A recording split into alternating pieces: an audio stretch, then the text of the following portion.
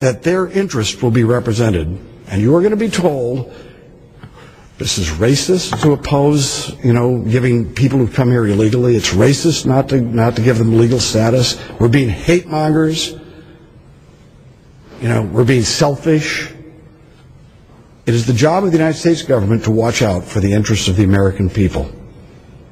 That's our job, to watch out for the interests of America. There is nothing selfish about saying that we're going to watch out for our people as a whole, as the American family, before we consider the interests of someone else. There's nothing wrong with that. There's nothing wrong with saying that your children should have a good education, and that's why we're not going to permit 100 million other children from coming here to take all of the money for education and health care away from your families. We want you to own your own home and to control your own destiny and have the same rights that we had. That will not happen if we move forward with an open border strategy. Representatives of the United States, Canada, and Mexico preparing for a summer meeting to further the goals of the Security and Prosperity Partnership of North America, the SPP, which many consider to be simply a blueprint for the North American Union, would weaken U.S. laws and regulations and diminish American sovereignty. Kitty Pilgrim has our report.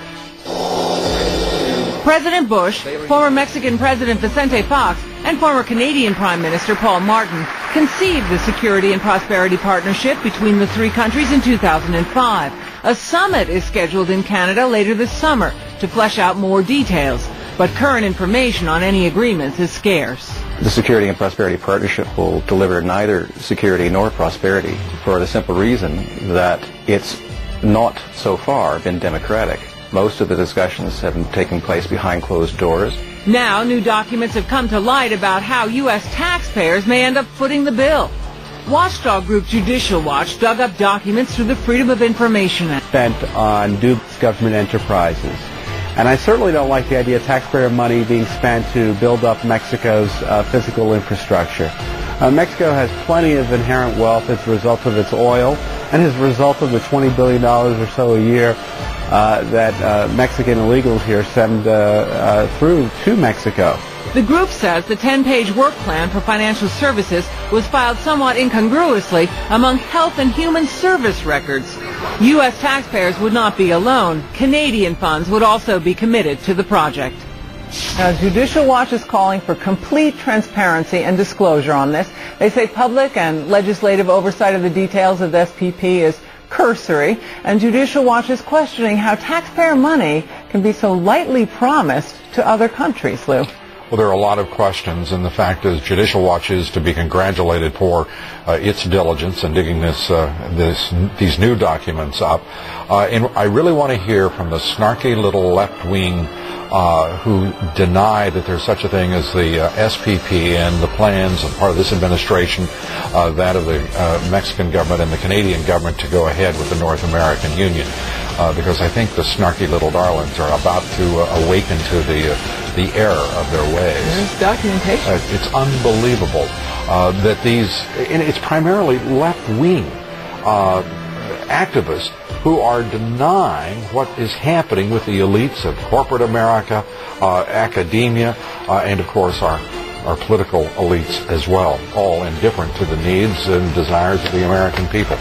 Keep up the good work, Kitty. Thank you. Kitty Pilgrim. Tonight, a proposal for an expanded so-called free trade zone from Alaska to the tip of South America. It's a plan from the business elites, the political elites, that will cost more American jobs, cost American sovereignty, but it would fulfill the president's father's vision. Bill Tucker reports.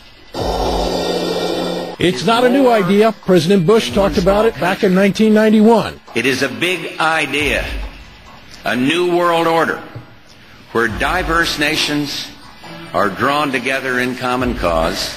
Now, former United States Trade Ambassador Robert Zoellick is talking about it again with renewed vigor. This time, a new world order with business at the helm of trade and economic policy, advocating what he calls the Association of American Free Trade Agreements, a separate non-government entity which would include North, Central, and South America. What Zoellick is really proposing here is a stealth trade agenda. It's not a national agenda. He's proposing to set up what's essentially a private organization to try to achieve what he couldn't get done when he was the U.S. trade representative. And this is a business agenda.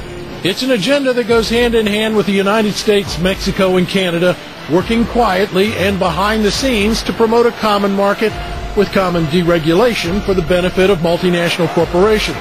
It's an agenda that so far has resulted in an increase in U.S. corporate profits of 45%, while wages of American workers have risen only 3% in the last 5 years.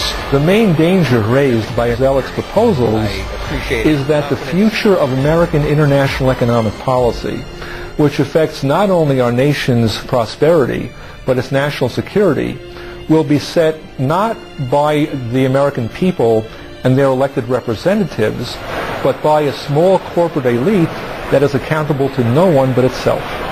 Effectively surrendering the sovereignty of the United States. And as justification for trusting those who would have the authority, the argument is made that free trade promotes democracy and the welfare of the people.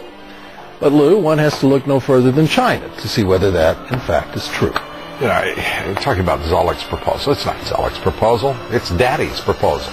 And people better understand that they mean exactly what they're saying. It's a new world order they're trying to create, and they're trying to do so not only without approval or consent of the government in this country, but despite the popular will. This is a straightforward assault by the elitists in this country. And appreciate it, Bill. Thanks very much, Bill Tucker.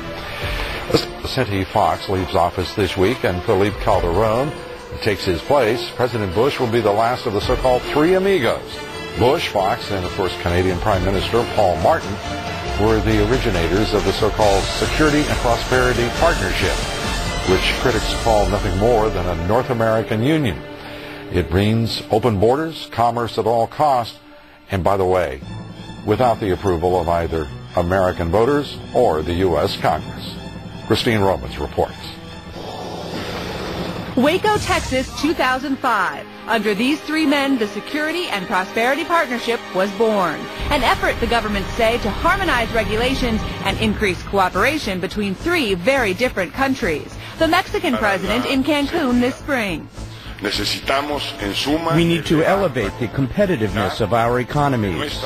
And a new Canadian Prime Minister joining the discussions as this North American partnership barrels ahead, with departments and ministries of all three governments working quickly to integrate North America by 2010.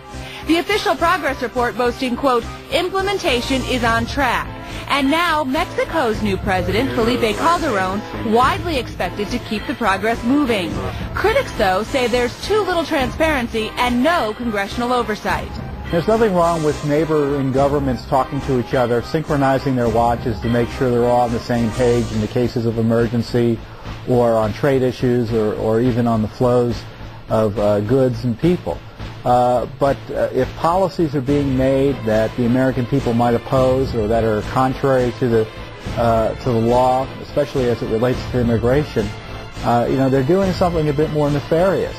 He points to SPP documents urging the free flow of goods and people across borders and a wish list from business interests that borders remain open during a flu pandemic.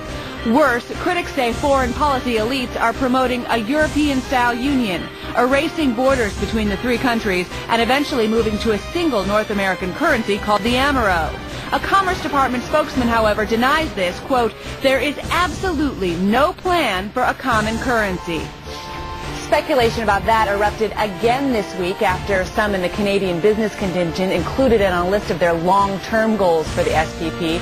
But people involved with the partnership between the three countries are very quick to distance themselves, Lou, from that very, very unpopular idea.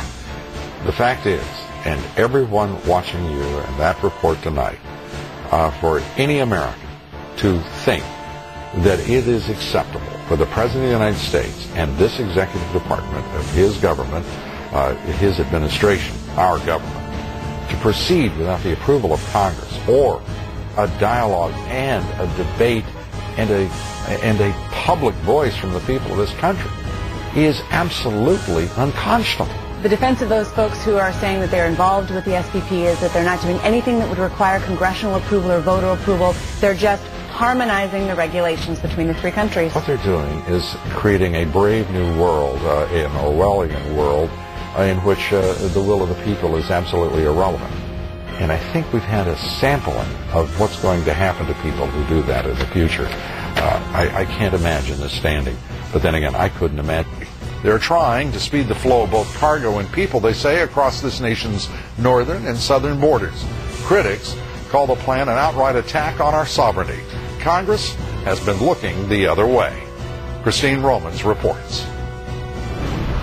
Plans for an integrated North American community by 2010, moving ahead swiftly and under the radar. Robert Pastor is an author of the Council on Foreign Relations document seen as the project's roadmap. We need to deepen economic integration by moving towards a customs union with a common external tariff. I think we need to enhance our security by beefing up both our borders and beefing